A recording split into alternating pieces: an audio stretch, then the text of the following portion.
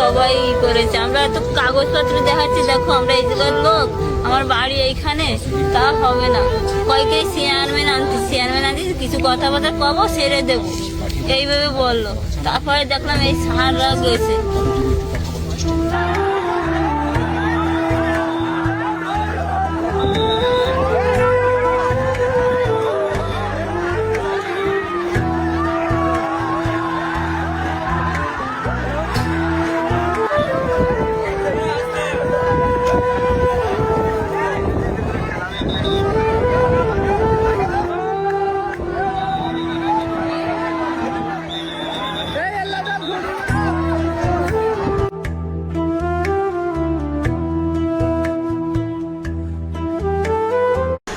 এটা কিরকম ধরনের বেহায়া দেশ হতে পারে একটু বিচার করুন।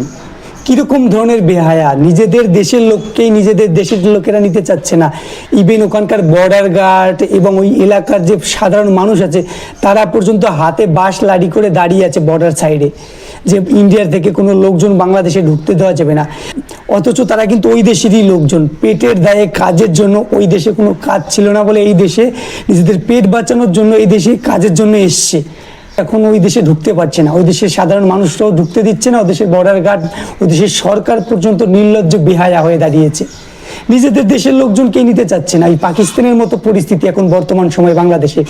পাকিস্তানে কি করেছিল, পাকিস্তানে যখন ওই 1963 সালে 1971 সালে যখন যুদ্ধ হয়েছিল, এই দেশে পাকিস্তানি সৈনিকদের যখন ধরে মেরে ফেলেছে, তখন ওই দেশের পাকিস্তানি গভর্নমেন্ট বলতে বাধ্য হচ্ছে ওরা আমাদের দেশের লোকজন না, মানে তাদের দেশের প্রশাসনকে পর্যন্ত তারা নিচ্ছিল না।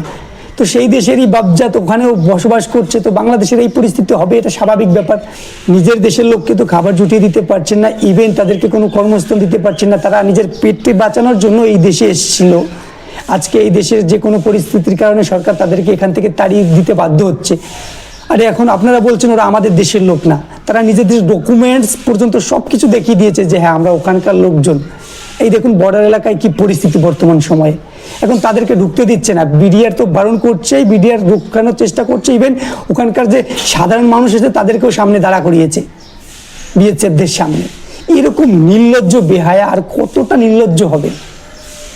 মুসলিম কান্ট্রিগুলো কি সত্যি এরকমই হয়? নিজের দেশের লোকজনকে নিচ্ছে না, এই বৃদ্ধা লোকগুলোকে কিভাবে মানে মাসের পর মাস ওই বর্ডার এলাকায় ফেলে রেখেছে।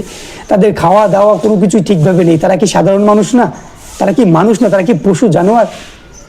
তাদের দেশের লোকজনকে তারা ওখানে নিচ্ছে না। সত্যি ধিক্কার জানাই এইসব সরকারকে।